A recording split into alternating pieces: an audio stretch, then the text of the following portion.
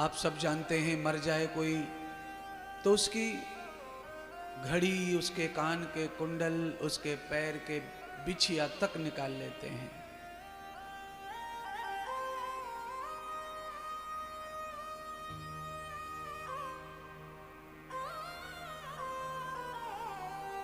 अग्नि में तो ये सब भस्म हो जाता है, पर अग्नि में जलने के लिए कोई धातु नहीं छोड़ते शरीर पर मरने वाले के। एक छोटा सा तार सोने का मुंह में डालते हैं, और वो सोने का तार भी गरुड़ पुराण में लिखा है, पद्म पुराण में लिखा है कि सोना मुंह में डालने से कुछ पाप कम हो जाते हैं मरने वाले के, इसीलिए डाल देते हैं। अगर मुख में तार डालने से पाप कम होते हैं तो क्यों ना उसके कान के कुंडल, नाक के नथली, नाथे का टीका, हाथ के सारे कंगन सोने के साथ जाने दो, बहुत सारे पाप कम हो सकते हैं, भगवान माफ कर सकते हैं। क्योंकि भगवान सोने के भूखे बैठे हैं, सोने की दलाली भगवान लेते हैं शमशान में वैद्यनाथ महादेव। इसीलिए क्या क्या पाखंड समाज में फैला हुआ है। सोना मुख में, वैज्ञानिक तरीके से देखा जाए तो सोना मुख में डालने से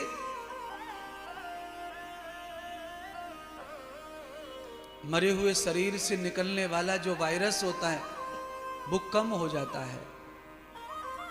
इसलिए सोने का मुख में डालकर शरीर को भस्म करते हैं हिंदू धर्म में।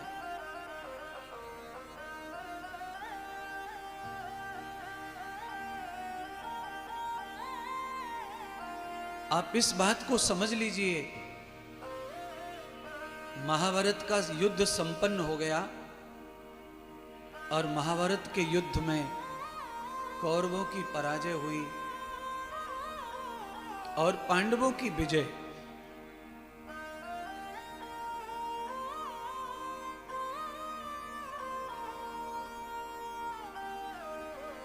महाभारत युद्ध लड़ने वाला कोई व्यक्ति अगर नहीं था तो उनका नाम है विदुर जी।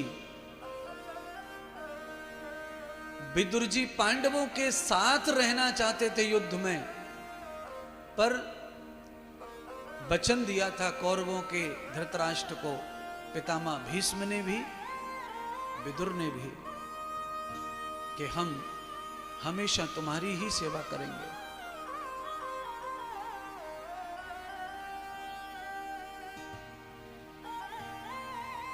आज ऐसा समय आ गया, ऐसी परिस्थिति आ गई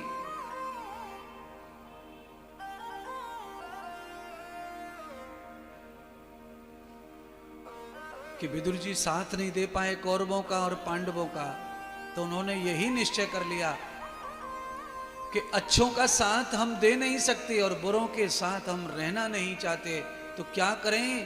तो भगवान श्री कृष्ण की आज्ञा लेकर के विदुर वन में चले गए थे पत्नी सुलभा को लेकर।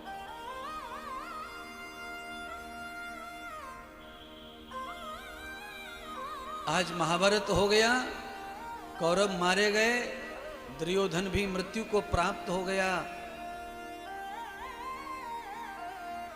धृतराष्ट्र और गांधारी दोनों जीवित पांडवों के ही महल में निवास करते हैं। पांडव भली भांति उनकी सेवा करते हैं।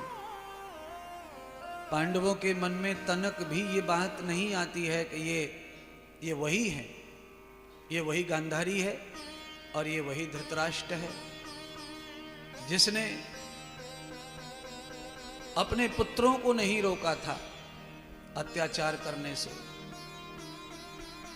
पांडव ये सारी बात इसलिए नहीं सोचते क्योंकि गांधारी और धृतराष्ट्र दोनों ने खूब खूब समझाया था कौरवों को, अपने पुत्रों को, पर दुर्योधन के आगे पिता माता की एक नहीं चलती थी। बड़े पुत्र का सम्मान करना पहले से ही हमारी परंपरा है। बड़ा पुत्र, हमारे यहां पर पुराणों में लिखा है कि बड़े पुत्र का नाम तो पिता को भी नहीं लेना चाहिए। पिता की जगह पर जो पगड़ी बंधवाता है, पिता के जाने के बाद जो पिता की पाग को लेता है, पिता की जगह पर धर्म जिम्मेदारियों को जो संवारता है और अपने पूरे समाज के कार्यों को, पिता के कार्यों को पूरा करता है, ऐसा ज्येष्ठ पुत्र दुर्योधन था। और वो निकम्बा था, अत्याचारी था, हिंसक था, लालची था और माता पिता के ऊपर चढ़ कर के काम करने वाला नाश की ओर चला गया। आज भी भारत में किसी भी कौम जात में कोई ऐसा दुष्ट दुर्योधन है पुत्र जो माता पिता की एक नहीं सुनता, उनके सिर पर चढ़कर काम करके उनको तकलीफ में डालता है, उसका भी दुर्योधन जैसा ही हर्ष होगा, उसका भी ऐसा ही होगा, उसे भी ऐसे ही मरना पड़ेगा। अपयश की मृत्यु, उसके मरण को अपयश प्राप्त होगा।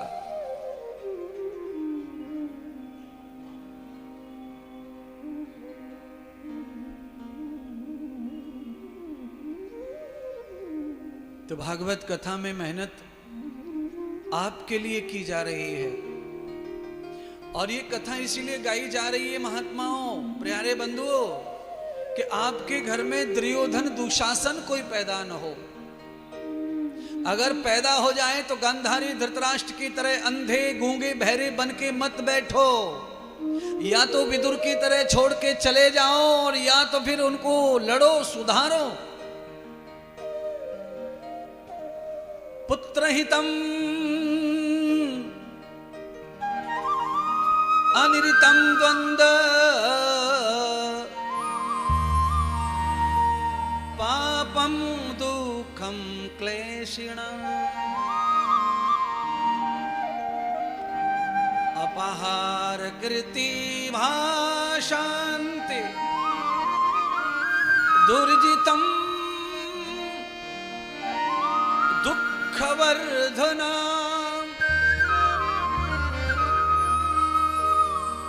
अनंत कुलंघातिम वासयेव सर्वदा पित्रांतरदरन दुःख एत एव स पुत्रः। ऐसा पुत्र अगर घर में है तो वो कुल घाती है और वो पितरों का भी नाश कर देता है और पुत्र का भी नाश कर देता है। अपनी 3 पीढ़ी जो लोग मर चुके हैं उनका भी नाश करता है, मरे हुए को भी तकलीफ पहुंचाता है, ऐसा दुष्ट पैदा हो जाए तो। और आने वाली अपने पौत्र प्रपौत्र को भी सर्वनाश कर देता है, समाज में किसी के लायक नहीं छोड़ता। ऐसा अगर कोई घर में पैदा हो जाए तो या तो उसे मार डालो, कुछ दिन जेल में चले जाओ, और या फिर वन में चले जाओ, उसे छोड़कर अपना रिश्ता खत्म कर दो, नहीं तो 7 पीढ़ियों का नाश करता है दुर्योधन दुशासन। आपके घर में ऐसा कोई है तो उसका सीधा सीधा उदाहरण दिया। आज विदुर जी आए लौटकर हस्तिनापुर में और आकर पता लगाया कि धृतराष्ट्र और गांधारी दोनों जीवित हैं। महाभारत पूरा हो गया, पांडवों को विजय मिल गई और पांडव ही सेवा कर रहे हैं उन दुष्टों की। विदुर जी क्रोधित हो गए और गांधारी धृतराष्ट्र को जितना चाहे उतना सुना डाला। गांधारी रोने लगी, धृतराष्ट्र भी रोने लगे। हे विदुर, तुम सच कह रहे हो, मार लो, हमको मारो और अपने हाथों से मृत्यु दंड दे दो, हम इसके लायक ही हैं। दुष्ट माता पिताएं पुत्र मोह में अंधे हो गए, आंखों से अंधा हो गया और ममता से अंधा हो गया। गांधारी आंखों वाली होकर पट्टी बांध ली मोह में।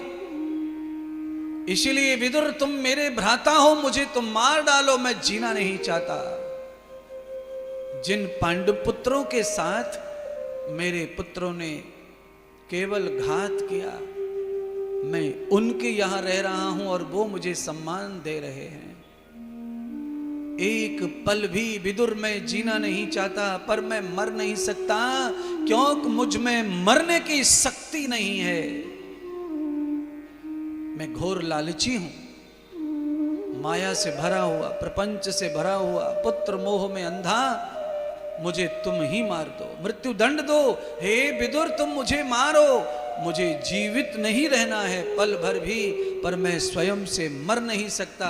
मैं निर्बल हूं, इतना कमजोर कि जो अपने पितरों के आगे कुछ न कर सका, वो कैसे यम को कैसे जीते। हे विदुर, अब तुम ही कोई मार्ग बताओ, हम क्या करें, कहां जाएं।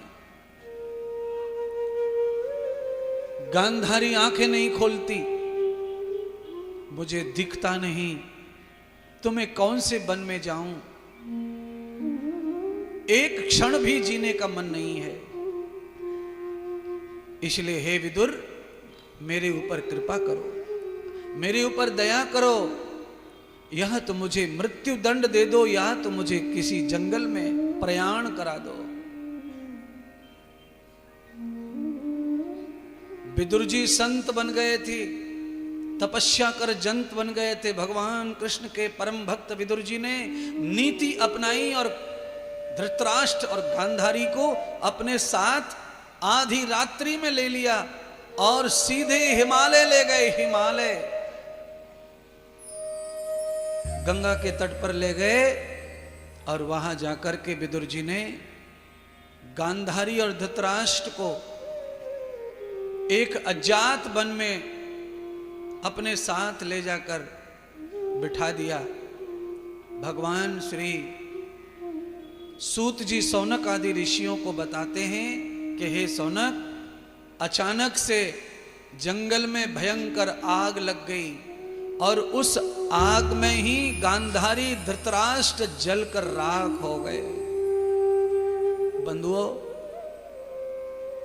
अचानक आग लग जाए और वहां कोई मर जाए, जैसे झुलस के कुछ लोग मर जाते हैं जो मरना नहीं चाहते और आग भी नहीं लगाई है मरने के लिए, पर अचानक आग लगने पर फंस के जो मर जाता है, वह ये सिद्ध करता है गरुड़ पुराण कि अचानक अनायास आग में झुलस के जो मरता है, वह गांधारी धृतराष्ट्र की तरह किसी जन्म का पापी होता है। उसका पाप उसे जीवित ही भस्म कर देता है। चाहे उसने इस जन्म में कोई पाप नहीं किया हो, पर पिछले जन्मों का अपराध उसे जीवित ही आग में पाप की जलाकर भस्म कर देता है। आग पाप की चिंता भी है, क्लेश भी है, घृणा, ईर्ष्या, क्रोध। आप ध्यान कर लेना, जिस आदमी के पल्ले में कुछ पाप भारी पोटली के हैं, उस आदमी को क्रोध भी ज्यादा आता है। क्रोधी आदमी कोई पवित्र नहीं होता है। क्रोध किसी आदमी को बात बात पर आता है तो समझ लेना ये पापी है, इसमें पाप भरा हुआ है। प्लीज कृपया आप इधर उधर ना देखें। मैं आपके पति, आपकी पत्नियों को नहीं कह रहा हूं, मैं ये बताने का प्रयास कर रहा हूं कि क्रोध भी उसी आदमी को अधिक आता है जिस आदमी के पास पाप है। कौन से जन्म का है, कब का है, ये कोई नहीं जानता, पर क्रोध आएगा ही उसी व्यक्ति को जब उसके अंदर पाप दधक रहा होगा, पाप भड़क रहा होगा, तब उसे क्रोध आकर घेर लेता है।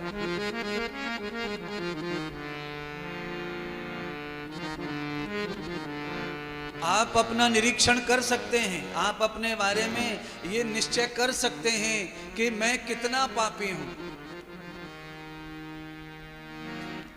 समान विहितम तद कर्म भुक्ताम देवस्य लोकम पापम च किल्बिषैः द्वया सवर्णा सयुजा सखाय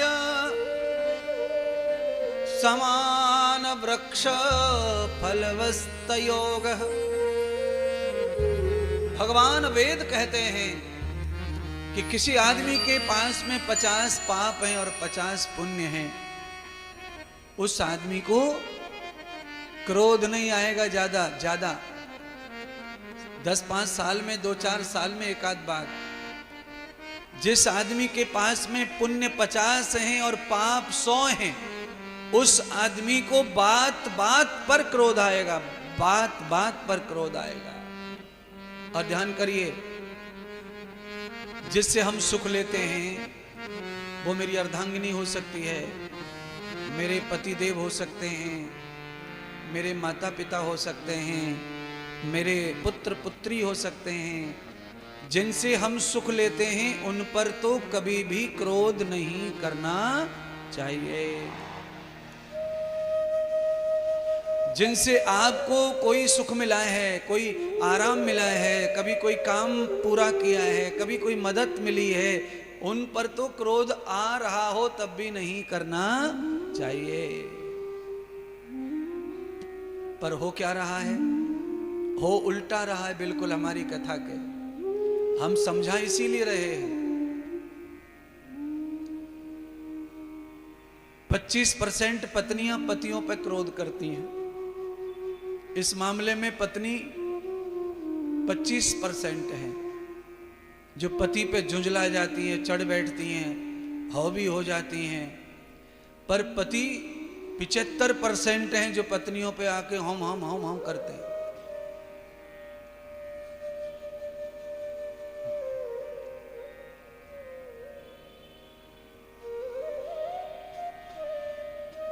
ये बिल्कुल मेरा नापा हुआ टारगेट है। ये चाहिए नहीं, पर भागवत के अनुसार ये नहीं चाहिए।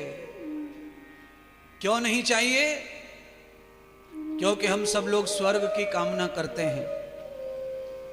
मर जाने के बाद में 13 दिन तक जितनी विधि होती है वो स्वर्ग पहुंचाने के लिए पंडित जी करता है। और जीवित भी हम जो कोई संकल्प करते हैं, दान सेवा पूजा कथा, ये सब स्वर्ग जाने के लिए ही हम करते हैं। ये सब स्वर्ग आप जाओगे जब जाओगे। पर मैं आपको बता सकता हूं कि पति पत्नी एक दूसरे पर जीजते नहीं है, खींचते नहीं है, क्रोधी नहीं होते हैं, लड़ते नहीं हैं और मुख नहीं फुलाते हैं और एक दूसरे पर आरोप नहीं लगाते हैं। इन दोनों के प्रेम के अलावा दुनिया में कोई स्वर्ग अच्छा नहीं है। सबसे बड़ा स्वर्ग पति पत्नी का एक रहना, प्रेम से रहना है।